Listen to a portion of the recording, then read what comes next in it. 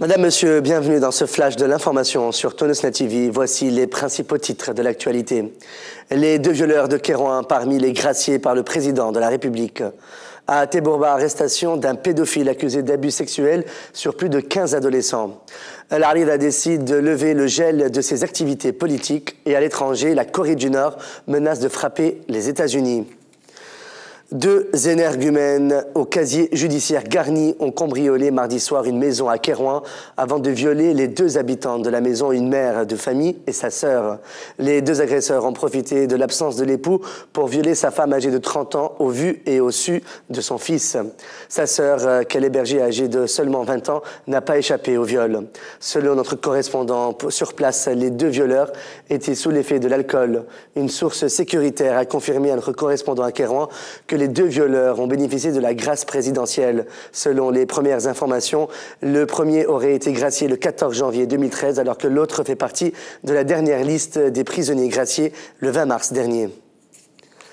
Le ministre du Commerce, Abdelwaheb Maater, a appelé à la création d'une commission technique pour résoudre les problèmes du secteur de volaille, et ce, lors d'une réunion avec les représentants du secteur.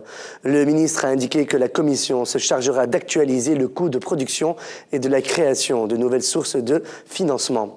Il a aussi souligné que la publicité sera d'un grand apport afin de sensibiliser les consommateurs.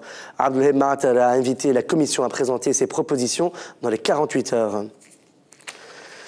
Un individu pédophile de 48 ans aurait été appréhendé par la police judiciaire de Tborba dans le gouvernorat de Manouba. Cet individu serait accusé d'abus sexuels sur plus de 15 adolescents dans différents endroits de la capitale, peut-on lire dans un article publié sur les colonnes du journal El Tounseya mercredi 27 mars 2013.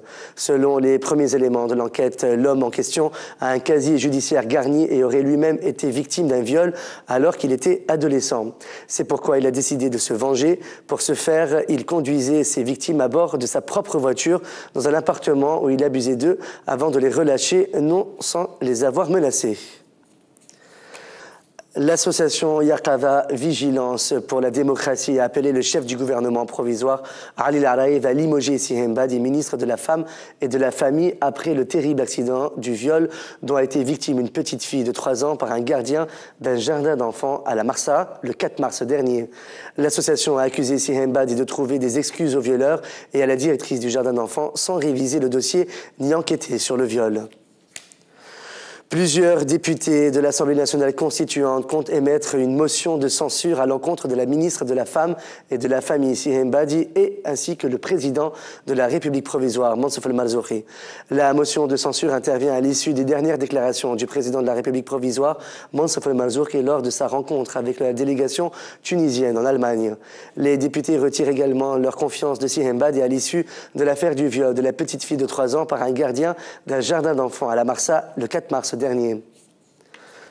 Le porte-parole de la présidence de la République, Adel Manser, a déclaré ce mercredi à Doha, à l'issue de la rencontre du président de la République provisoire, Mansour el-Marzouki, avec le prince du Qatar, Hamad Ben Khalif Al Thani, que le 15 avril prochain sera donné le coup d'envoi des projets qataris en Tunisie. Selon Adel Manser, ces projets consistent en la mise en place de logements sociaux ainsi que des investissements bancaires, sans oublier le financement de 20 000 petits projets dans tous les gouvernorats.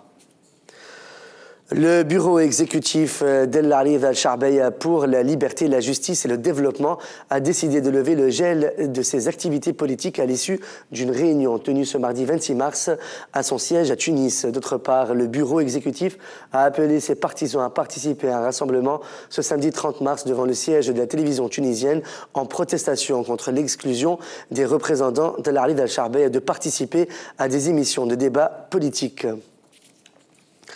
À l'international maintenant, la Corée du Nord a placé mardi son armée en ordre de combat mardi et demandé à ses unités spéciales stratégiques de se préparer à d'éventuelles frappes contre les États-Unis, une nouvelle menace prise très au sérieux par Washington, prête à répondre à toute éventualité.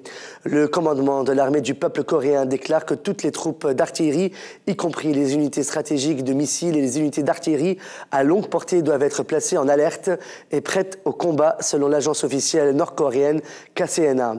Ces unités doivent se tenir prêtes à attaquer toutes les bases militaires américaines dans la région Asie-Pacifique, y compris sur le continent nord-américain, Hawaï et Guam, ainsi qu'en Corée du Sud, a ajouté le commandement nord-coréen dans un communiqué transmis par KCNA.